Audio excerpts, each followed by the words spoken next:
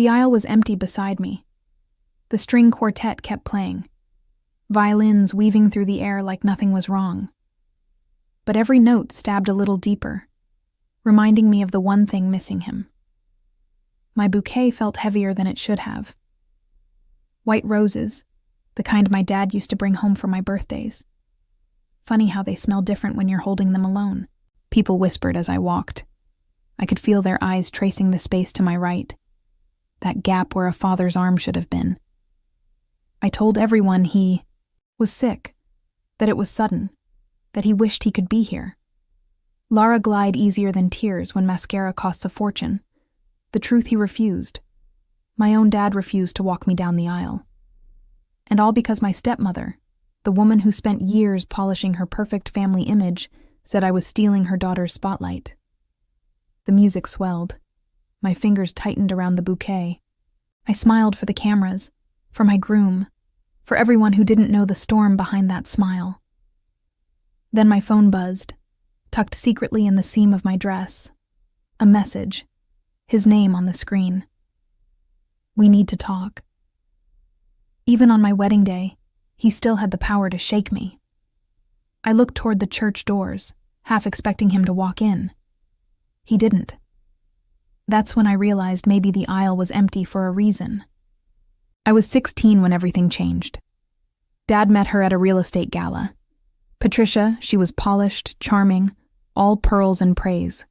The kind of woman who could smile while calculating. I remember how she'd laugh at everything he said, touching his arm just a second too long. 6 months later, she was living in our house. I tried. I really did. I told myself, Dad deserved to be happy, but Patricia never wanted a daughter. She wanted a mirror, and I didn't fit her reflection. Her own daughter, Haley, was a year younger than me, soft-spoken, perfectly dressed, and effortlessly adored. The kind of girl who never had to try to be loved. When Dad looked at her, his face softened in a way I hadn't seen in years. When he looked at me, he hesitated. It started small comments about my clothes, my attitude, my tone. Patricia would smile and tell me she was just trying to help me be more ladylike. Then came the comparisons. Haley's grades are better. You should learn to cook like Haley. Your father worries you might end up alone, Lydia. Every word chipped away at something sacred between Dad and me. One night, I overheard them arguing. My name's sharp in the air. She's just jealous. Patricia said, You give her too much freedom. She's trying to take what's Haley's. She's my daughter.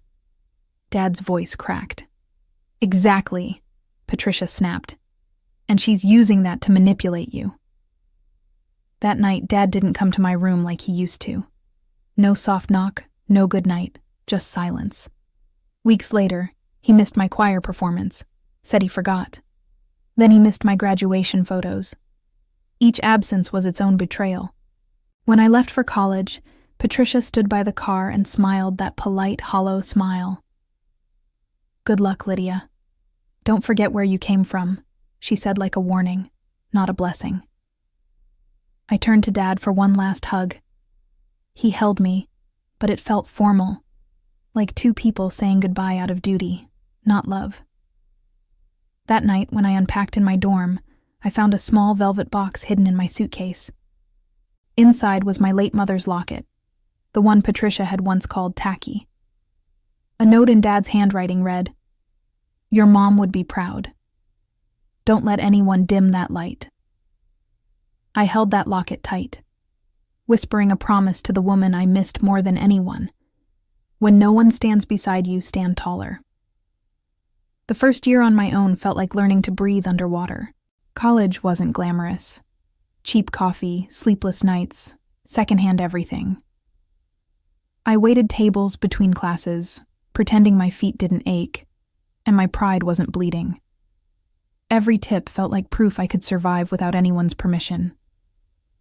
Sometimes when I walked past families laughing over dinner, I'd feel that familiar sting. I'd clutch my mother's locket like it was armor, whispering her words. When no one stands beside you, stand taller. My major was architecture. a choice Dad once called impractical for a girl. That sentence became fuel. I traced blueprints late at night, headphones blasting, eyes burning from exhaustion. The campus library staff knew me by name, Lydia Hart, the girl who never went home for breaks. During my junior year, I met Eleanor Pierce, a retired architect who lectured part-time. She wore bright scarves, spoke like thunder, and saw right through excuses. The first time she reviewed my design, she said, "You have vision, kid. You just don't believe it yet." She became my mentor. Tough, unfiltered, but deeply kind. She'd bring me coffee during all-nighters and tell stories about being the only woman in the boardroom back in the 8s. People underestimate women until we make them regret it. She'd grin. Under her guidance, I landed an internship at a boutique firm in New York. I couldn't afford the city, but I made it work. Couch surfing, eating dollar pizza, sketching buildings between subway rides. When my first paycheck came, I sent half back to pay off student debt. The other half went into a savings account labeled Freedom. Years blurred from intern to assistant to lead designer. Every promotion felt like reclaiming a piece of myself. Patricia tried to erase. There were lonely nights, too. Birthdays spent in empty apartments, scrolling through photos of Dad and Haley smiling on social media. Patricia always tagged them hush family goals. I stopped checking after a while. My world became my work. I poured everything into it. Pain, hunger, hope, and slowly, I built something solid. At 29, I launched my own studio, Heartline Designs. It started in a cramped, rented space above a bakery. The walls smelled like cinnamon and ambition. Clients came slow at first. Then word spread the young architect who rebuilt old homes with soul. My first big project was a community center in Brooklyn, funded by a nonprofit that believed in women-led firms. When we unveiled it, Eleanor was there in the front row beaming. "Your mother would have loved this," she whispered. I wanted to believe that. By 32, I owned that entire building. By 33, I bought my own home. Not a mansion, but mine. Every brick, every beam earned. Still, I kept my success quiet. Online, I posted sunsets and coffee cups, never boardrooms or contracts. When Dad called on holidays, I told him I was keeping busy. He never asked what that meant. Sometimes I wondered if Patricia still thought I was chasing her daughter's shadow. But standing on the balcony of my office, city lights glimmering below, I finally understood.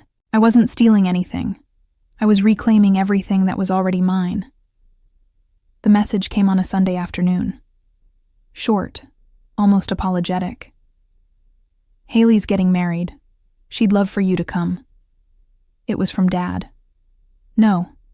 How are you?" No acknowledgement of years of silence, just a polite invitation, like I was a distant cousin, not his daughter. I stared at the text for a long time. Part of me wanted to delete it. Another part, the little girl, still clutching that lock. It whispered that maybe this was the moment. 2 weeks later, I walked into the same town I'd once fled from. The same church, the same stained glass windows that used to cast colors across my childhood. Patricia spotted me first. Her smile was thin and tight. The kind women were when they realized their plan didn't quite work. "Lydia." "Oh, you came," she said, brushing invisible dust off my sleeve as if she owned me. "Of course," I said softly.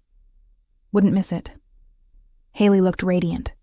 Soft curls, white lace, eyes that had always been kinder than her mother's. She hugged me like none of it ever happened. And for a moment, I believed her. Then I saw Dad. His hair had thinned, his shoulders slumped a little. But his eyes, those were the same.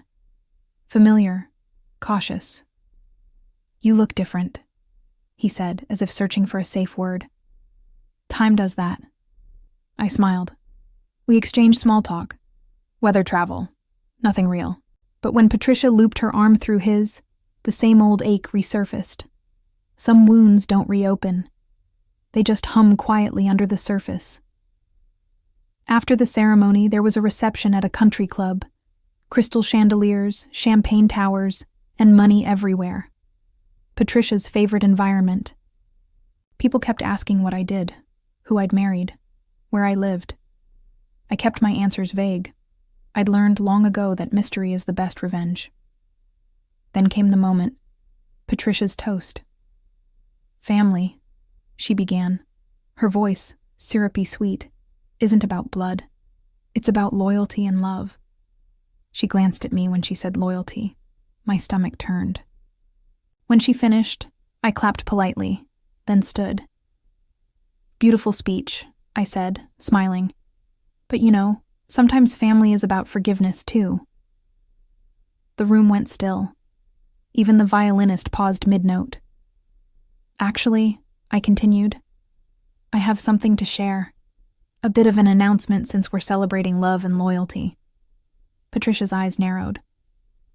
Most of you don't know me well, I said, but I'm Lydia Hart, founder and lead architect of Heartline Designs. My firm recently completed the renovation of the new downtown art center. A murmur rippled through the room. Someone whispered, That place? That's her. Dad blinked, stunned. You did that? I nodded. And a few others. The City Hall extension, the Riverside Pavilion. I smiled at Haley. Even the bridal venue you're standing in? Haley gasped softly. Patricia went pale. Wait, Patricia said, laughing tightly. You're saying this place? Yes, I said. I designed it. I own it. I looked at her directly. Not angry, not smug. Just steady. So, in a way, you're my guest today. The silence that followed was thick enough to taste. Dad's glass trembled slightly in his hand. His eyes, proud, broken, regretful, darted between Patricia and me. Lydia, he finally whispered. I had no idea. You weren't supposed to, I said gently. You made it clear you didn't want to see what I could become. Patricia tried to speak, but her words stumbled. For once, she had no script. I turned to Dad, voice low but firm. You didn't walk me down the aisle, I said, but you should know I walked myself all the way here. The violinist started playing again, slowly, softly. And I swear for the first time in my life, I saw my father look at me, not with doubt, but awe. After the wedding, they found me outside, standing beneath the string lights, letting the night air wash away the noise. Dad approached first, hands shaking slightly. Patricia followed, 2 steps behind, still clutching her designer clutch like it could save her. Lydia, he began, voice rough. I didn't know how much you'd accomplished. I'm proud I finished for him softly or surprise. He looked away. Both. Patricia spoke next. You have to understand things were complicated. We only ever wanted what was best for you. I laughed quiet, controlled, but it cut through the night like glass. You mean what was best for you? Her lips tightened. You told him I was jealous of Haley. I said that I was trying to take what wasn't mine. But you were wrong, Patricia. I never wanted your daughter's spotlight. I just wanted my father's respect. Dad swallowed hard. I see that now. I made mistakes. Yes. I nodded. You did, but the bigger mistake was believing her version of me instead of asking for mine. He didn't argue. His silence was confession enough. For a moment, I let the quiet hang between us. The same quiet that had filled years of unanswered calls and forgotten birthdays. Then I exhaled. I don't hate you, I said finally. I stopped hating a long time ago, but forgiveness isn't the same as access. He blinked. Access to my life, I said simply. To my peace. Patricia stiffened. You can't mean that. He's your father and he'll always be, I replied. But if he wants a relationship now, it has to be built on truth, not guilt, not your whispers. I turned to Dad. So, here are my conditions. His expression tightened, but he nodded. All right. When I said holding up a finger, you stop letting other people define your daughter. You want to know who I am? Ask me. Show up. Don't send Patricia to do it for you. He nodded slowly, eyes wet. 2, I continued. If you come into my life again, you come with respect for the woman I've become, not pity for the girl you left. And 3, I glanced at Patricia, her jaw tightening. You let go of the need to compete because I'm not playing your game anymore. I built my own field. She looked away, her face unreadable. Dad reached out, hesitating, then touched my hand. I want to try, Lydia. I don't know if I deserve a second chance, but I want to try. I studied him for a long moment. There was pain there, yes, but also humility. And maybe that was enough to begin something new. Then start small, I said. Lunch next week, just you and me. His eyes brightened. I'd like that. Patricia started to protest, but he silenced her with a quiet, firm look. I'd never seen him give her before. You heard her? He said gently. Just me and Lydia. For the first time, I didn't feel like the outsider in my own story. I felt like the author. As they walked away, Patricia's heels clicking sharply against the pavement, I touched the locket around my neck. When no one stands beside you, stand taller. Tonight, I wasn't just standing tall, but was finally standing free. A week later, I sat in a small cafe downtown, the kind with chipped mugs and real coffee, not the kind served in fragile cups that smell like money. Dad was late, but only by a few minutes. When he walked in, he looked nervous, like a man stepping into a confession booth. He wore the same old watch I gave him when I was 12, the one Patricia once said looked cheap. Hi, I said, smiling. Hi, he echoed, sitting down carefully like the chair might break under the weight of all our unsaid ears. We didn't talk about the past at first. We talked about simple things, my projects, the city. How Haley's honeymoon got delayed, and for the first time in decades, I saw something in his eyes that I hadn't since I was a little girl. Pride, unfiltered and raw. I should have been there for you, Lydia, he finally said. Every time you needed me, I chose peace over truth. I thought silence was safer. It's okay. I said, you can't rewrite what's gone. You can only show up for what's left. He nodded, eyes glistening. Then I'm here now. We sat quietly for a while. The kind of silence that doesn't ache anymore. It just breathes. Before we left, he pulled something from his pocket. The little velvet box that once held my mother's locket. Inside was a folded piece of paper. For your next design, it said in his handwriting. Maybe a home one with room for both of us. I couldn't speak. I just smiled. And for the first time, it didn't hurt to do so. Patricia never reached out again. Maybe she finally realized she'd lost control over a story she never owned. Haley, though, sent a postcard months later, a picture of the venue I'd built with 2 words scribbled on the back. Thank you. I framed it. Life moved on. Not perfectly, but honestly, my work grew. My heart softened. And one spring morning, I found myself sketching a chapel design. Sunlight streaming through my studio windows, the sound of laughter from the street below. That's when I realized I wasn't drawing for clients anymore, but was drawing for myself, for the girl who once walked down an empty aisle, wishing her father had been there. I set my pencil down, touched the locket around my neck, and smiled. When no one stands beside you, stand taller. I whispered it once more, not as armor, but as gratitude, because the aisle beside me might have been empty that day. But the woman who walked it, she was never alone. Because sometimes silence isn't weakness, it's justice wrapped in grace. Silent revenge.